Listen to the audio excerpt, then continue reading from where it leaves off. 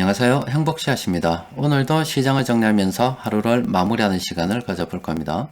오늘 우리 시장은 코스피도 코스닥도 하락 마감했습니다. 코스피는 0.07% 그리고 코스닥은 0.88% 하락 마감했고, 시장 수급을 들여다보면 개인만 매수하고 외국인하고 기관들은 매도했습니다. 그런데 업종 전반적으로 조금만 더 자세하게 들여다보면은 오늘 시장 수급이 그렇게 나쁘지는 않았습니다.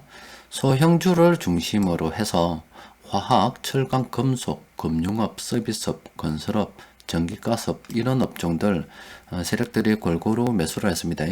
최근 들어서 세력들이 코스닥 그리고 코스피에서 중소형주를 매수하고 있는 것은 이번 주가 지나고 다음 주가 되면은 공매도가 본격적으로 재개가 됩니다. 소형주들은 공매도 대상에서 제외가 되기 때문에 세력들이 이렇게 소형주 선취매하고 있는 것을 일단 생각을 하고 있습니다. 시장 수급은 그렇게 나쁘지 않은데 그래도 우리가 좀 조심해야 될 부분이 있습니다. 지금 화면을 들여다보시면은 이 업종 추세에서 갑자기 뭔가 많이 보이기 시작하죠. 고점 진입, 고점권, 고점 진입, 고점권 이런 것들이 많이 보인다니까. 이거는 시장이 단기적으로 많이 올라서 그렇습니다. 이걸 갖다가 종합주가지수 차트를 보고서 살펴보면은 시장이 최근 들어서 3200포인트의 박스권을 딱 벗어났다 아닙니까? 그런데 이 들여다보면은 지난 3월 한 23일 경부터 시작해가지고 추세가 바뀌어가지고 거의 한 달 반? 3월 23일이니까 한 달 정도 이렇게 시장이 올랐습니다. 단기간에 많이 올랐죠. 또 그리고 지난 예전을 보게 되면 지난 11월 말부터 12월 말부터 시작해서 1월 달까지 좀 오른 구간이 있죠. 그 이후에는 이렇게 지지부진하게 시장이 흘렀습니다. 단기간에 시장이 이렇게 많이 올랐기 때문에 또 대부분의 종목들, 업종들 이렇게 고점권으로 분석이 되고 있는 겁니다. 여기에다가 하나만 더 들여다보게 되면은 이런 게 있어요. 지금 파워가이드에서 하락 반전 단기간에 좀 너무 많이 올라가지고 지금 단기 고점으로 분석되는 종목들이 많이 보입니다. 그러니까 여기에서 상승 반전 쪽에 지금 많이 비어 있죠. 비어 있는 기간이 좀 오래 가고 있죠. 자, 이렇게 되면은 좀 조심해야 돼요. 지금 예전에 보면 지금 4월 13일부터 비어 있습니다. 그리고 좀 더 예전으로 돌아가게 되면은 지난 12월 22일부터 시작해서 1월 29일까지 좀 많이 비었잖아요. 그 이후에 다시 이렇게 하락 반전 신호들이 많이 나타났었는데 일단 여기 없다 이 말이에요. 이렇게 아무것도 없을 때는 조금 조심해야 돼요. 조정도 한번 생각을 해 봐야 됩니다. 그러니까 지난 12월 달부터 1월 달까지 이때 매수가 없었단 말이에요. 전부 다 하락 반전 신호만 있었고 상승 반전 신호는 없었습니다. 지금도 한 며칠째 지금 상승 반전 신호가 나타나지 않습니다. 그리고 업종을 쭉 분석해 보면은 이렇게 고점권으로 분석되는 종목이 상당히 많아요. 우리가 사실은 이 시장이 횡보하는 이 기간 동안에 경기 민감주 이미 사실 지난 몇 달 동안 많이 매수했다 아닙니까? 또 그리고 현금 들고 있는 사람 밑에 총알도 한 방 두 방 좀 쐈고 그러면 매수 같은 경우는 사실상 이 기간에 우리가 많이 했죠. 그래서 지금 같은 경우 시장도 좀 이렇게 아래쪽에 등 비가 올라가 있는 그런 상태라서 순환 매매를 하는 분들 자기 포트폴리오 상황을 쭉 보고서 그냥 종목을 이렇게 여러 종목 보유를 하고 있는데 많이 오른 종목 팔고 그리고 신규로 좀 종목을 매수하거나 기존 보유 종목 추가 매수하거나 이런 사람들은 상관이 없습니다. 그냥 하시던 대로 진행하시면 되는데 그리고 현금을 보고 많이 가지고 있어서 나는 시장을 장기적으로 보고 한 10년 본다 하시면 전혀 상관이 없어요. 그냥 계속 하시던 대로 하시면 됩니다. 그 외 나머지 분들께서는 이제 좀 조심해야 되겠다. 신규 매수에 대해서도 좀 조심해야 되겠고, 그리고 현금을 갖다가 다시 오르면 조금씩 다시 챙기는 쪽으로 들어가야 되지 않겠나 싶습니다. 왜냐하면 시장은 세력들이 해석하기 나름입니다.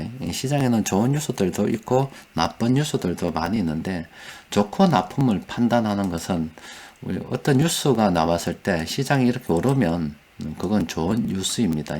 그건 좋은 뉴스입니다. 최근 요 기간 동안은 기대감 때문에 올랐다 아닙니까? 앞으로 경기가 회복될 것이라는 기대감 때문에 오른 겁니다. 그 외에 특별한 거 없었습니다. 그런데 그 좋은 뉴스도 순식간에 나쁜 뉴스가 될 수가 있습니다. 그거는 시장에서 큰돈 굴리는 세력들이 하기 나름입니다. 우리가 봤을 때는 이미 지금 시장이 많이 올랐고 고점권으로 분석되는 종목들도 많이 있고, 또 그리고 지난 이 경험을 봤을 때 지금 상승 반전 신호가 지금 안 난다. 이건 좀 조심해야 되는 신호라 보고서 기존에 순환 매매 하시는 분들, 그리고 시장을 뭐 아예 장기적으로 보시는 분들은 괜찮은데, 그 외 나머지 분들은 일단은 좀 시장을 좀 지켜보는 쪽으로 가는 게 좋지 않겠나 싶습니다. 자, 그럼 오늘 단기 고점으로 분석되는 종목들 먼저 좀 살펴봅시다. 게임빌 좀 조심해야 되겠죠. 대원산업도 많이 올랐습니다. 또 그리고 대유 에이텍도 많이 올랐죠. 대한제당 많이 올랐습니다. DCM, 뭐 사마 페인트, 서현, 아미코젠 뭐 이런 종목들 지금 단기적으로 지금 많이 올랐기 때문에 이 종목 보유하고 계신 분들께서는 좀 주의를 하시는 것이 좋겠습니다. 그리고 시장 추세에 관련해서 오전 시황에서도 말씀드렸지만은 이 파워 엑스레이나 플랜 A 파워 가이드 사용하시는 분들께서는 이렇게 모아두는 것도 괜찮습니다. 이렇게 레버리지 관련해서 코덱스나 타이거 이 정도 놔두고, 이건 IT네요. IT인데 코덱스 레버리지로 가십시오. 타이거도 레버리지가 좋습니다. 요거는 취소, 이 부분은 취소입니다. 어쨌든 레버리지를 한쪽으로 모아두고, 그리고 인버스를 갖다 이렇게 한쪽으로 모아두게 되면은 이게 시장 추세를 판단하는데 상당한 도움을 줄 수가 있어요. 물론 레버리지하고 인버스하고 정반대로 움직이지만 어쨌든 도움을 줄 수가 있습니다. 지금 인버스 같은 경우에 사람들이 지금 작년 3월 달에 지금 시장이 하락한다 생각하고 엄청 매수한 거, 인버스는 반대이기 때문에 그 기간 동안 시장이 계속 상승한 거죠. 그런데 지금 인버스가 좀 인버스를 사는 사람들이 지금 공포를 많이 느끼고 있어요. 시장이 똑같습니다. 이거는 시장 추세하고 좀 봤는데 시장이 너무 많이 올라서 공포 느끼고 있다 이 말이에요. 그래서 시장 추세 변화도 한번 생각해 봄직하다. 그래서 지금 여러 가지 상황으로 봤을 때는 일단은 좀 조심한 것이 좋겠다는 의견을 올려드립니다. 자, 그리고 수급 분석표 검색을 살펴보면은 시장에서 큰돈 굴리는 세력들이 이만큼 매수했어요.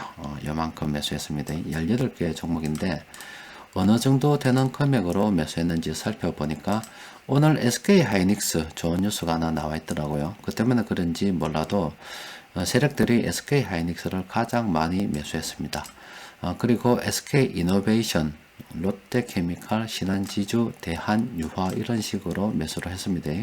외국인들도 보면은 뭐 그런 종목들 많이 매수했어요. 또 외국인들은 현대 로템도 많이 매수를 했네요. 그리고 연기금 쪽에서 어떤 종목을 많이 매수했는지 좀 살펴보니까 연기금 쪽에서는 롯데케미칼 많이 매수했습니다.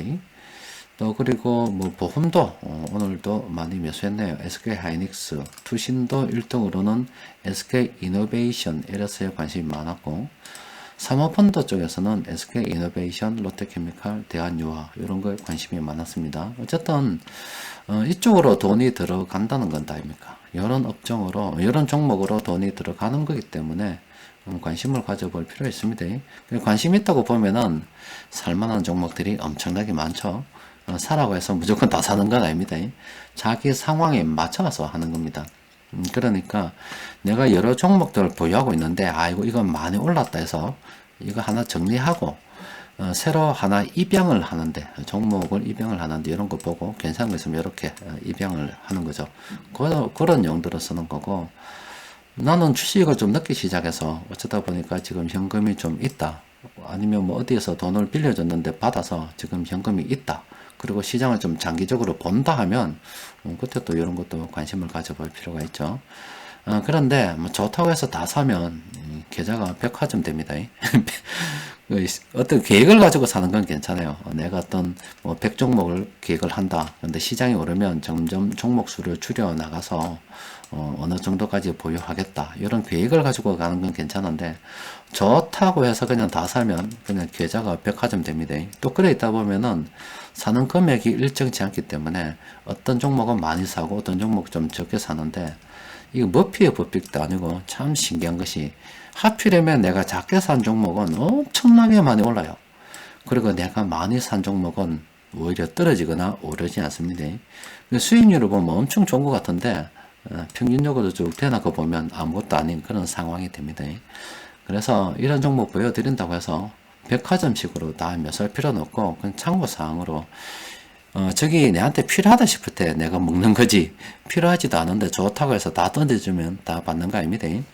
가끔은 버릴 줄도 알아야 됩니다. 요즘 정리의 기술 뭐 이런 거 나와가지고 집에 쓰레기장 만들어 놓은 분들이 많으시더라고요. 그때 전문적으로 버리는 사람들이 가서 이거 다 버려 그래서 그냥 다 버려본다 아닙니까?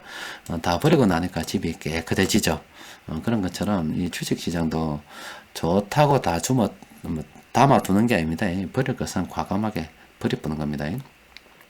일단 SK 머티리얼즈, 주성 엔지니어링, 그리고 요 LS, 요 종목은 좀 조심해야 되고, 그 나머지 종목들은 관심을 가져볼 필요가 있겠지요. 그러니까 요것들은 오늘 시향을 마치고 난 다음에, 정리하고 난 다음에 제가 올려드리도록 하겠습니다. 어제도, 지난번에도 가끔 이 시향을 올리다 보면은, 제가 열받는 경우가 가끔 좀 있습니다. 제가 열받는 경우는 별거 없어요. 이 정치인들이, 국민들을 갖다가 속일 때 좀 많이 열받습니다. 그러니까 이 대중들을 무식하다고 보고 지 입맛대로 가지고 놀고 이용할 때 굉장히 좀 열받아요. 또 그리고 일부 사람들이 사회 사람들을 선동질할 때 많이 열받습니다. 지 목적을 위해서 정치인들한테 지가 이용당하면서 사람들을 선동할 때 굉장히 기분 나쁩니다. 예를 들어서 이 세상에 우리나라에 사실은 사람들을 평가할 필요는 없잖아요. 제가 늘 말씀드리는 거는 이 노동자가 처음에 돈이 없기 때문에 나도 노동자, 우리 애들도 지금 노동자 직업 이야기하고 있어요.